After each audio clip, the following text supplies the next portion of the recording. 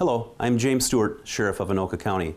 On this episode of the Sheriff Show, we'll take a look at our laser shoot training simulator with Deputy Jason Corlew, head out with Deputy Troy Edmond on a domestic violence warrant sweep, ride along with our new DUI Enforcement Deputy, Mike Arthur, and we will take a look at our School Resource Officers program. We'll also head out to our Salvation Army's bell ringing with our Explorer and Reserve Unit. The Sheriff Show starts next.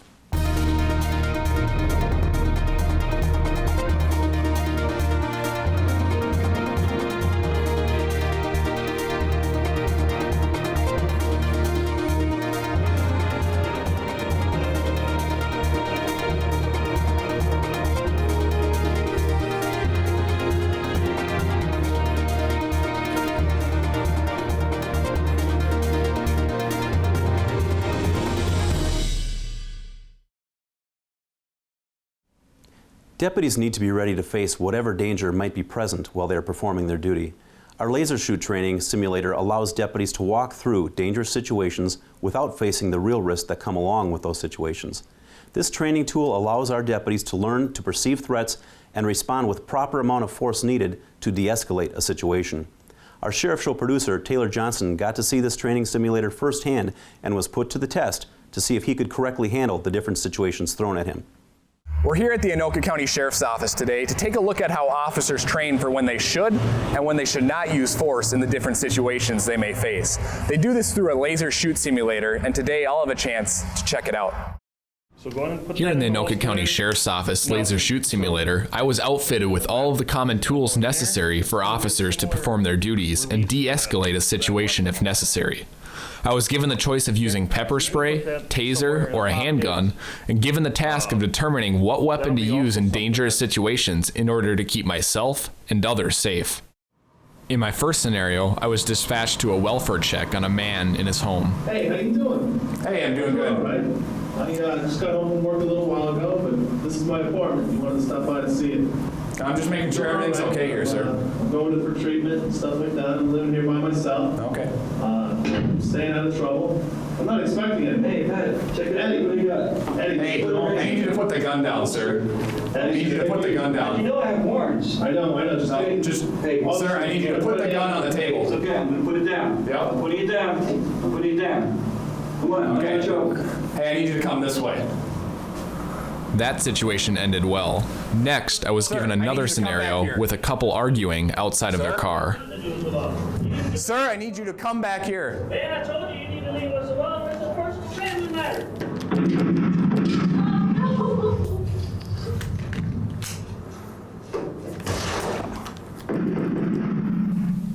Not so good. I had no idea the female would grab her partner's weapon and shoot me with it. I was completely defenseless once I put my gun back in its holster and had no time to re-engage once the gun was raised and pointed at me. Once you did fire your weapon and he fell to the ground, the threat was no longer there with him, correct? That's what I assumed until she pulled out the gun and started shooting at me. I had my gun, I put it back in the holster, and at that point I was unprotected from when she shot at me. This really shows how quickly officers need to react when they are presented with dangerous situations. So how important is decision making in a law enforcement officer's duty? Decision making is an integral part of this training, and being able to react under pressure. Because as you can see in situations that you've gone through already, that this training puts in a little bit more pressure for you to do the correct things. So given the recent events that have taken place across the country, a number of different people are saying that officers are using force without thinking first. What's your reaction to that? I don't believe officers are using force without thinking, but they are using force after a split-second decision that they made to prevent somebody from harming somebody else or themselves. Well, as you can see, this complex training not only requires the deputies to go through a variety of situations, but it also requires that they reasonably articulate their course of action. It's very important for us to know that we're putting the deputies out there with the right amount of training so that they can best serve the citizens of our county. We'll be right back with more of the Sheriff Show after this. Here's to the things that can keep us safe. Those we use all the time with hardly a thought. Those that are silently standing by to save our lives. And now, those that we carry with us everywhere we go. Many mobile devices will now bring you wireless emergency alerts, real-time information directly from local sources you know and trust. With the unique sound and vibration, you'll be in the know, wherever you are. Domestic violence is a serious issue to the Anoka County Sheriff's Office. Recently, Troy Edmond, our warrant apprehension deputy, conducted a domestic violence warrant sweep to bring those with outstanding warrants to justice. Here's more. You guys? Yeah. On October 21st, the Anoka County Sheriff's Office worked in conjunction with the Ramsey County Sheriff's Office on a nationwide domestic violence warrant sweep.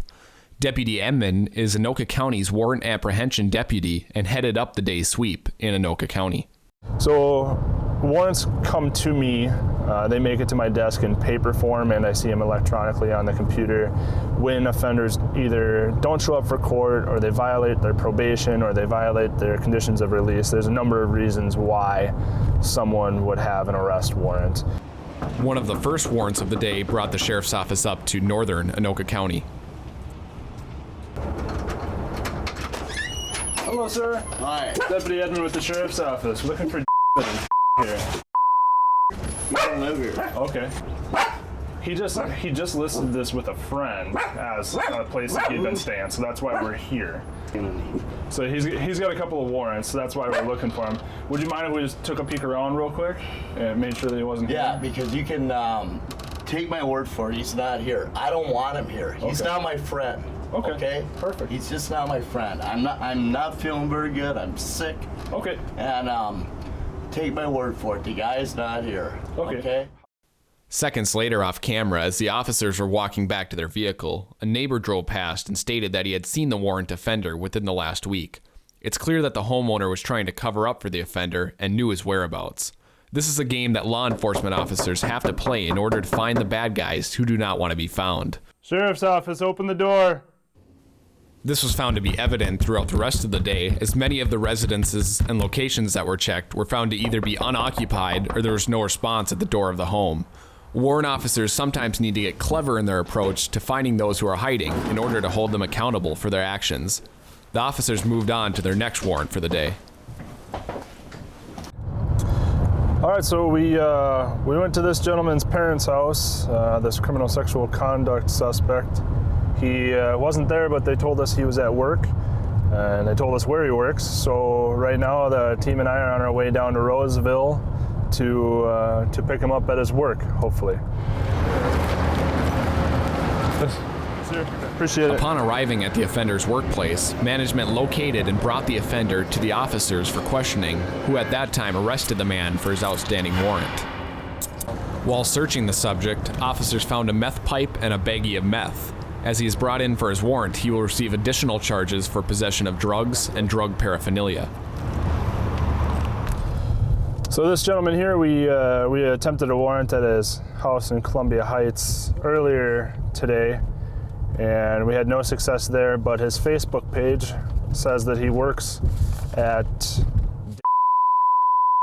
in Minneapolis. So I called and they said he's there, so we're gonna go try to pick him up there. Hopefully he doesn't leave before we get there. Hello. Hi. Hi. I need to talk to. Can you get him out of there? Yeah. Come talk to me, would you? Yeah. You failed to report to jail on the 3rd of July, so they issued a body only warrant for you. You're under arrest, all right? Yeah. Was not supposed to. I was told if I paid my stuff. Okay. Again, Deputy Edmond found his subject at his place of work. He explains what happens now that the person has been arrested. So now we're at the jail with the gentleman we picked up in downtown Minneapolis. We're just waiting for the jail staff to come out and get us. We'll walk in, and they'll start the booking process. All right, so this is the end of the day. We attempted 17 arrest warrants today. We made 2 arrests. While that seems like a small number for the amount of attempts that we made. Those other 15 people that we didn't get, I did gather quite a bit of information about them and addresses that they could be at in the future. So from now on, for the next week or so, it'll be my job to follow up on each one of the addresses we went to today and use the information we got today to apprehend the people that we weren't able to pick up. As a member of the Domestic Violence Committee for the National Sheriff's Association, I take this matter very seriously, and I appreciate that our staff does too. We worked with sheriffs across our nation with this effort, and we hope that we'll continue to make the proper apprehensions to bring these individuals to justice. Allison is my friend. We met in school when we were younger and grew up together. We did everything together. Then one day something happened, and people started to tease her, being really mean. At first she would pretend it was no big deal, that it didn't hurt her. But after a while it started to get to her. Her grades started to slip, and she used to be such an awesome student. Then she stopped talking to everyone, even me. Now she's not around anymore, and I miss her so much. Allison was my friend.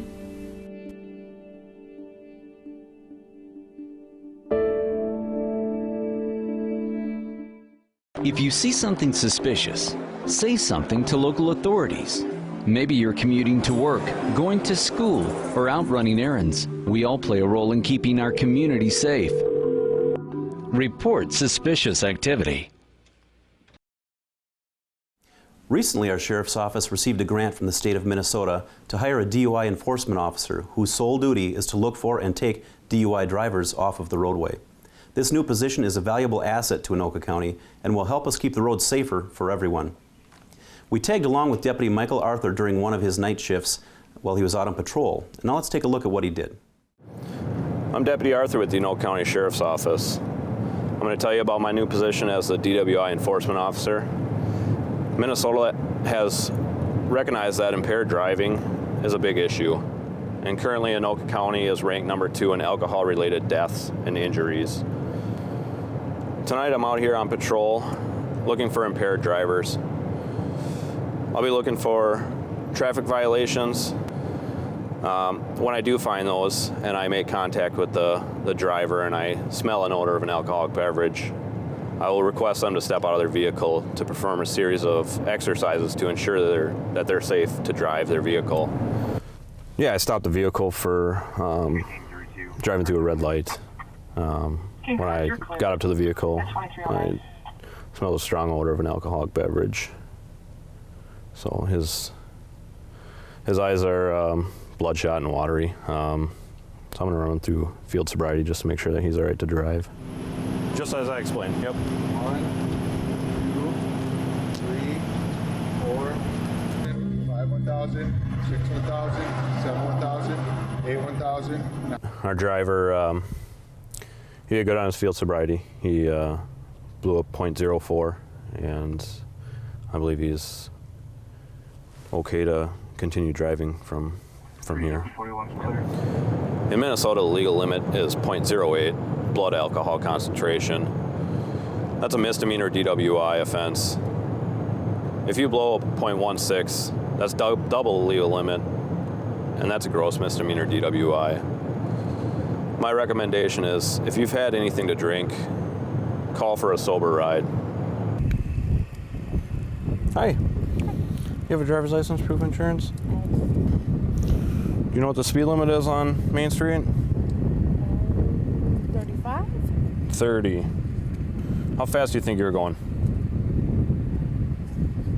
Okay. No, my radar had you at 55 miles per hour. Oh, no. Yeah. Where are you coming from tonight? Billy's. Billy's? Okay. All right. How much have you had to drink tonight? 2 drinks. 2 drinks? Yeah, I was just dropping my friends off at Billy's for their birthday. Okay. All right, we'll stay in the vehicle. I'll be right back with you, okay? Sure.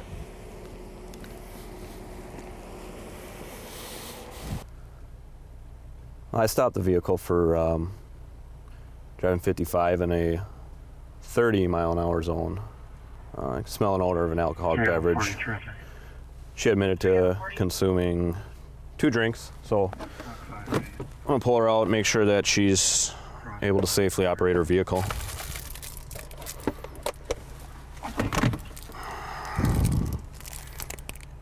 What I want you to do is I want you to look at the tip of my finger, and I want you to keep your head still. Okay. You understand? All right. Oh, keep your head still.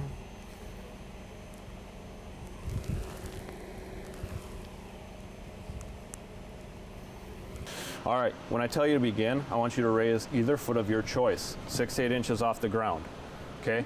I want you to look at the tip of your foot, and I want you to count out loud. 1, 1,000, 2, 1,000, 3, 1,000, so on until I tell you to stop. Okay. So it's gonna look like this. 1, 1,000, 2, 1,000, 3, 1,000, 4, 1,000, 5, 1,000. Nope, that's fine. Until I tell you to stop. You understand? Okay. You can begin. 1, 1,000, 2, 1,000, 12, 1,000, 13, 1,000, 14, 1,000, 15, 1,000. Okay, you can stop. All right, so what I want you to do is I want you to make a tight seal, okay? And I want you to blow in there like you're blowing up a balloon. Okay.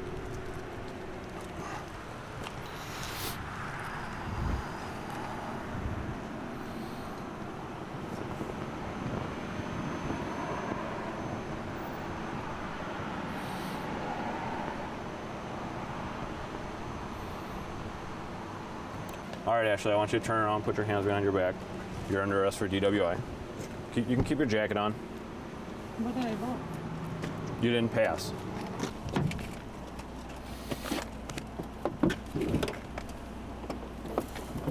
Stopped the vehicle for speeding. The driver showed signs of impairment. I requested the driver to step out and perform standard field sobriety test for me. She failed the standard field sobriety test and was arrested for DWI. She was transported to the Anoka County Jail, where she submitted to a data master test, which gave a value of 0.10. Got another impaired driver off the road. The timing of this grant was very important as we see DUI deaths across Anoka County continue to increase, and we want to continue to deliver on our mission statement of to protect and serve the community in a manner that preserves the public trust. This position is one more way in which we commit to keep you safe. We'll be right back with more of the Sheriff Show after this.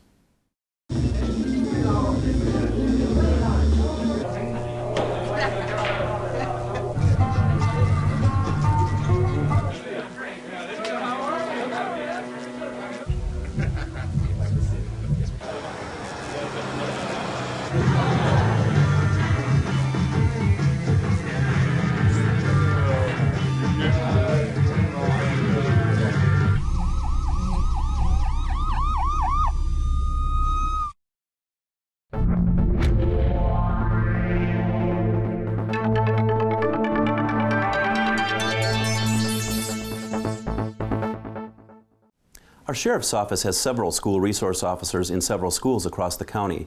The officers not only help to keep our children safe, but they are also a valuable teaching tool for the schools. Let's talk with two of our school resource officers, John Matheson and Rhiannon Nenow, to learn more about their position. I'm Deputy Rhiannon Nenow. I am the Andover High School School Resource Officer. Additionally, I also support Rum River Elementary, and then I have a partner who supports Oakview Middle School and all the other elementaries within Andover. So when he's not here, able to work maybe a day off or whatever, I fill in for him as well. So our number one priority in this position is student and staff safety. So that's probably our number one priority for us being in the schools. But additionally, we handle all the crimes that occur in the school, so that helps with handling the crimes quickly and fast. Additionally, we've built that trust with the students, so they're able to come to us with the questions that they have or even report a crime. Additionally, within this school, we wear multiple hats. Yes, I'm a deputy, but I'm an informal counselor, informal teacher. We work as a liaison between the schools and the sheriff's office. We help build those positive relationships between youth and law enforcement, so increasing those positive attitudes towards law enforcement. Things that we do here in the school, we work with after-school programs, school activities such as sporting events, activity night, dances, conferences. We do a mock crash. I get the Mothers Against Drunk Driving. I have them bring a car here during April, which is when prom is. Additionally, it's the distracted driving month. We do classroom presentations, which help bring that 3D feel to a topic that a teacher is speaking on. So driver's ed, health, youth issues. We speak in a government law enforcement class. We talk about internet safety, cyberbullying. We also work with our district to enhance our overall safety procedures within our buildings. So that's kind of a lot of the things that we do for the school. And we do it not just for the high school, but also for the elementaries and the middle school. So part of why I ever wanted to become a school resource officer is because I am a licensed teacher within the state of Minnesota, but obviously no longer working in that role as I am now a sheriff's deputy here. I now get the chance to come back into the school. I get the chance to still teach, but I still get to be a law enforcement officer as well. So really it's the best of both worlds for me, getting to work with youth. I enjoy working with youth. There's many more challenges that we face with youth, but it's one of those rewarding aspects of this job. We get to see the positive change. Yes, they might make a mistake here in school, but we can really see that positive change. So really, being an SRO, I'm hoping to impact the students' lives, but it's really the best of both worlds for me. I still get to be a sheriff's deputy. I still get to do what I love here, working at the Anoka County Sheriff's Office, but I still get to be with youth. I still get to work with them. I still get to teach, and I still get to be in the classroom. At the Sheriff's Office, we firmly believe in investing in our youth will make a positive impact in our future. The school resource officers are another way that we can not only keep the children safe, but we can interact with them in a positive way that will hopefully help inspire them onto a positive path for our collective future.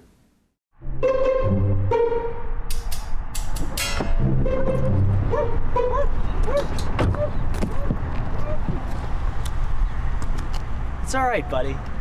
I'll be right back.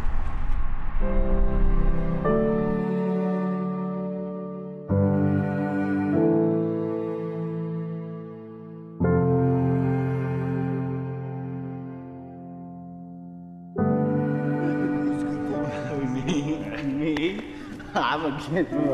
Yeah.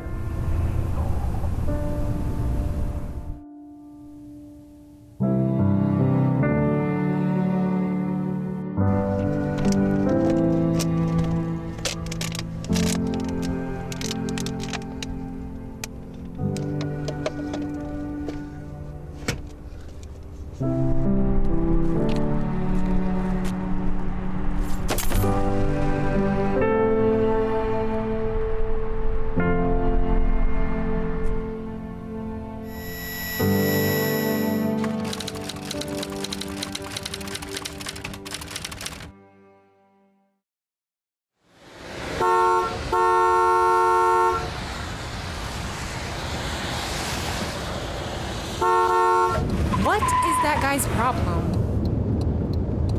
That was the most irresponsible... This aggression will not stand, man.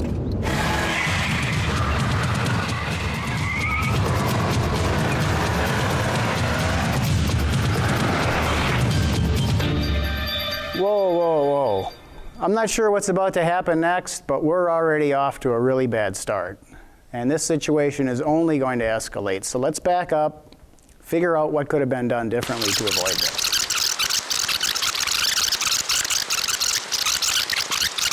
66% of traffic fatalities are caused by aggressive driving. If you witness somebody who's driving aggressively, don't take it personally. Take a breath, think about this, calm down. That'll get your heart rate lower and you'll better control your emotions. Also, don't engage with people by staring at them, looking at other drivers, or responding to their provocative behavior. They might just be trying to get a rise out of you. Be the level-headed person, be the smart person. Remember, half of drivers who get provoked are going to respond with their own aggressive behavior towards you. And do you really want to be stuck now in that confrontation? And statistically, an increasing number of these incidents involve a firearm. And do you want to be stuck in that kind of a situation? Stay smart on the road.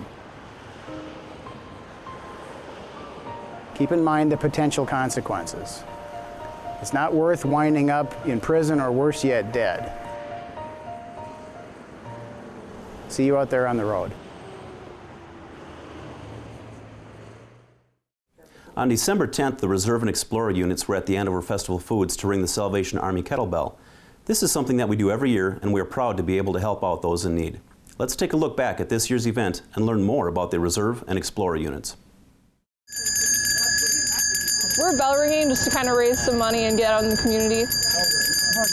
It's one of the events that we decided to do now 2 years ago for team building within ourselves, just to get out into the community and be able to, come out, bell ring, have a great time, get to know each other on, your own team, but also interact with the community.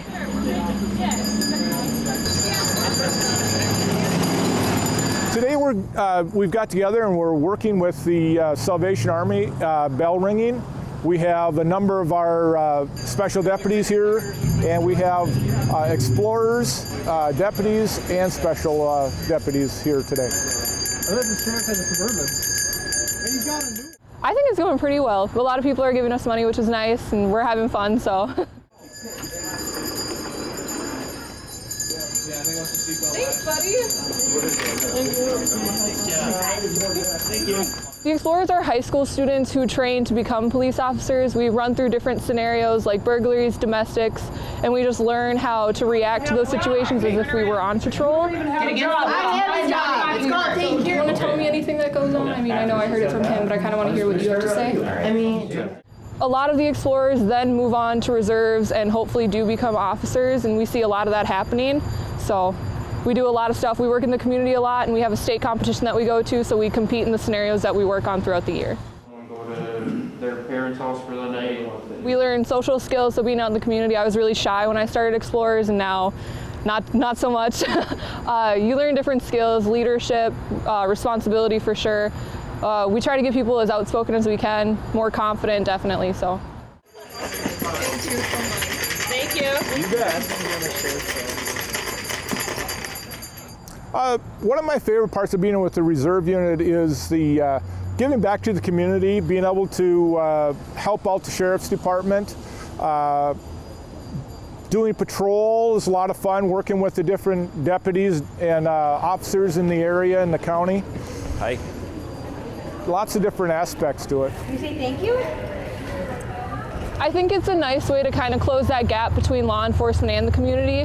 It's just a way to get out and they don't see us in kind of a harsher, we have to be stern kind of way. And so they see us in uniform, but we're trying to be friendly and just be out there. My favorite part is being in the community. I love to work the events because you see people of all different types, people who have an interest in law enforcement, people who have maybe been a little afraid and want to get to know you better. And so it's nice to just talk to people and kind of put fears aside or to just teach them different things that they don't know. Well, the special deputies, we do a lot of different events.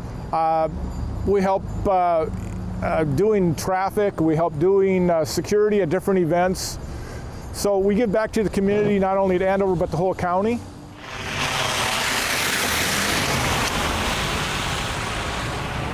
So one thing that we do is patrol aspect. Patrol aspect is where we're able to go out in a squad car and assist throughout the county, whether it be checking a park after hours or just throughout the day, checking residents. If individuals are on vacation, they can ask the sheriff's office to have their residence checked. So we'll do residence checks, we'll check businesses once they're closed, we'll assist deputies, and that can be whether we're transporting or doing a motorist aid for a car that's on the side of the road that needs assistance. Those are just a few of the patrol aspects that we're able to do.